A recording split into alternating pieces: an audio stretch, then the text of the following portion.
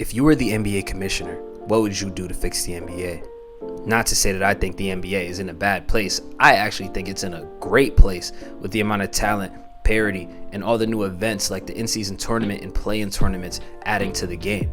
That being said, I do think there are some changes that can make the NBA even better. What's goody?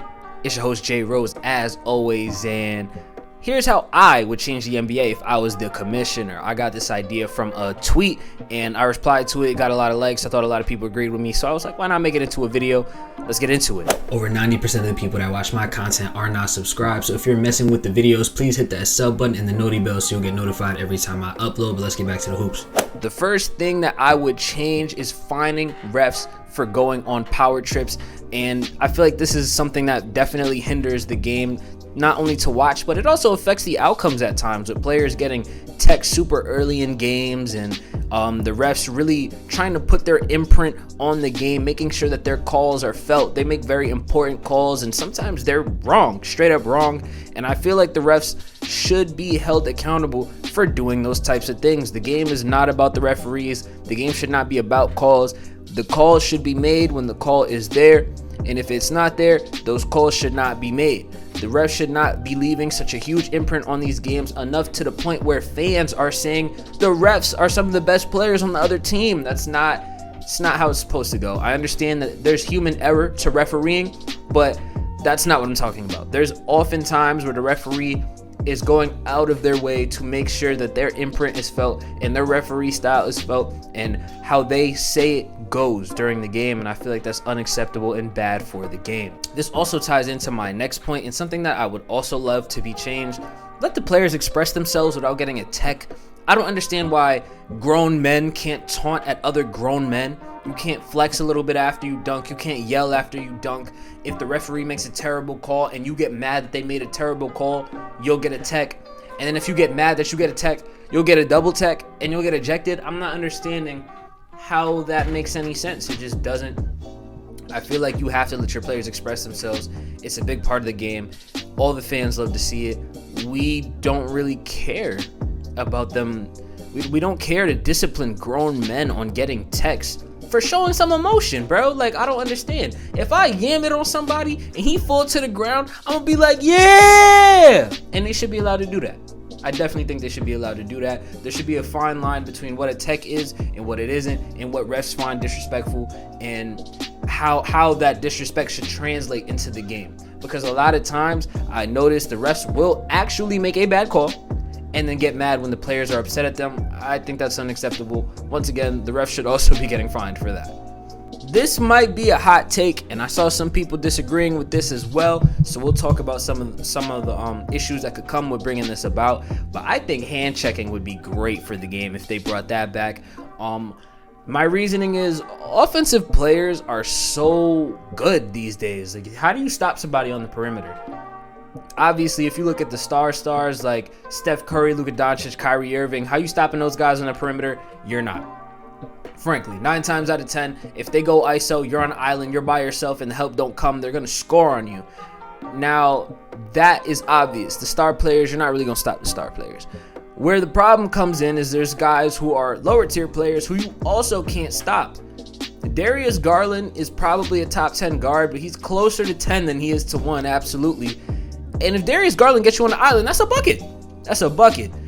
There's role players, guys like Jordan Clarkson. If he gets you on an island, that's a bucket. There's so many good players in the NBA, especially guards. So on the perimeter, it's very, very hard to guard them, especially if you're not a guard yourself. And even if you are, if you're not a great defensive guard, they're probably just going to get right by you. I feel like hand checking would make great defenders and elite defenders absolutely broken, which would be super fun to watch. Watching some great defense against some great offense night after night. It would definitely make it harder for every player to get 20 points. I don't feel like average players should be scoring around like 17 to 20 points. I feel like that's a great number. Like that's I feel like 17 to 20 points should not be something where a whole slew of players can get to. I feel like the scoring in the NBA is a bit oversaturated because there are no rules for defensive guys. Defensive guys have to deal with offensive players getting new rules added to make it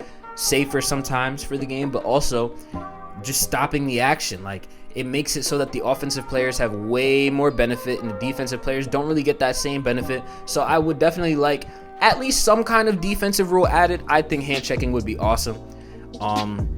When you get an offensive guy like KD and now he's matched up with Kawhi Leonard and now Kawhi can hand check, that's going to be a crazy thing to watch. Absolutely crazy. Obviously the players are going to complain. They're going to think they're getting fouled every play, but they'll get used to it. I think that'll be a cool addition. That's just me though. That's definitely a hot take I had. Somebody said that hand checking, the difference between not hand checking and hand checking is too vast to add that back into the game. And honestly, I want it to be pretty vast. I want the terrible defenders to have a little bit of a crutch so they're not getting blown by every single time. And I want the elite defenders to be broken so we can have some broken defenders, some broken offensive players, and we can just go at it. I think that will be very, very fun and good for the game. It'll definitely bring the scoring down, make it harder for the average player to get 20 points, make it harder for the stars to get 30 points, and that'll just be cool because I feel like a misconception about the NBA is that nobody plays defense, and I just feel like it's hard to play defense. These guys are too good, and the rules don't really play in their favor either, so a defensive rule would definitely shake things up in the NBA for sure. This next take I have is reducing the season to 65 or 70 games. There's no real benefit for having an 82 game season in 2024, if we're being honest. The only reason you keep it 82 games is so that players can achieve the same accolades that players of the past did. So in terms of season scoring records, season assist records, accumulations, things like that, it's going to be way harder to get those accumulated stats if the season is shortened. All-time records like scoring records are going to be way harder to reach.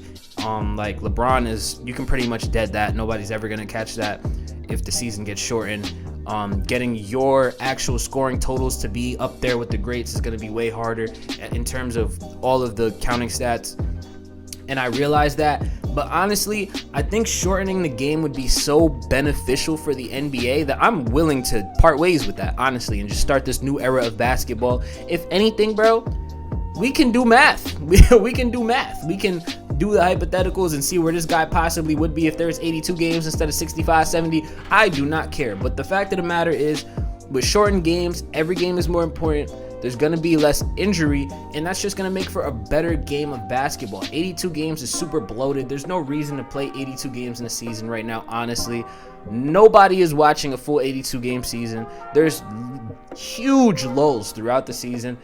They tackled one with the in-season tournament, but there's going to be another one soon. Over in March, right after the AllStar break ends, there's going to be a little lull in the views, and then right before the playoffs starts, there's going to be another lull in the views. I feel like adding or shortening the season would make all those games more important leading up to the playoffs. It'll make it harder to get into the playoffs since there's less opportunity to win games, and it'll just be great for the product, honestly, in my opinion. I think it'll be great for the product. My last point, a little light, some super light. This is not a huge rule change like the other ones would be.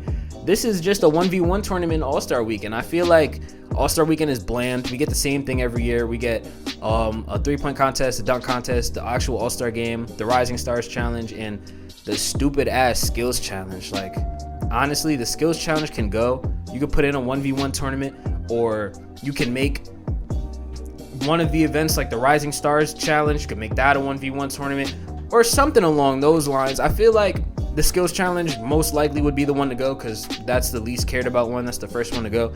I feel like the Stars probably wouldn't participate in a 1v1 challenge. I said this before. Last year in a short, I don't think the Stars would be as open to doing a 1v1 challenge. Like, I can't see LeBron ever doing that or KD ever doing that, because if they go there and lose, all hell would break loose. But some stars I feel like do rock like that, like Kyrie Irving. I could see him doing that, or DeMar DeRozan. It would be fun. It would be fun for the game of basketball. You could do like different brackets, because 1v1s versus bigs and smalls is going to be really weird. So maybe you could do like a bigs bracket or forwards bracket and then a guards bracket, and then they meet in finals, and the bigs are probably going to win, but we don't need to talk about that. We don't need to talk about that.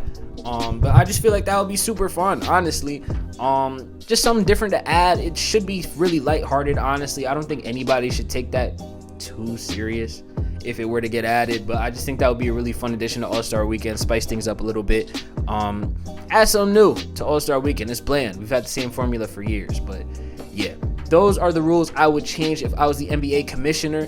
You leave some rules that you would change down below in the comments. See if people agree with you, disagree. Hopefully we can get Adam Silver to implement some of these good ideas into the league to make a better product. But, who knows? Catch you on the next one.